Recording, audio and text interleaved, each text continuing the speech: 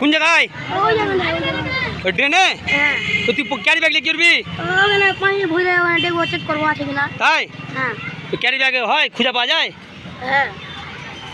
এলে carry bag carry bag কি জল ভরবি যা দেখি জল ভর যা এলি ওই দেখি কী করে খুঁজবি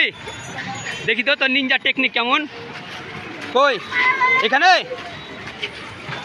আছে না এলি কই কই কই দেখি কোন দিকে আছে তাই তো আরে শালা হে বুদ্ধি তো এত বুদ্ধি হয় কি করে তোর বাহ বাহ বাহ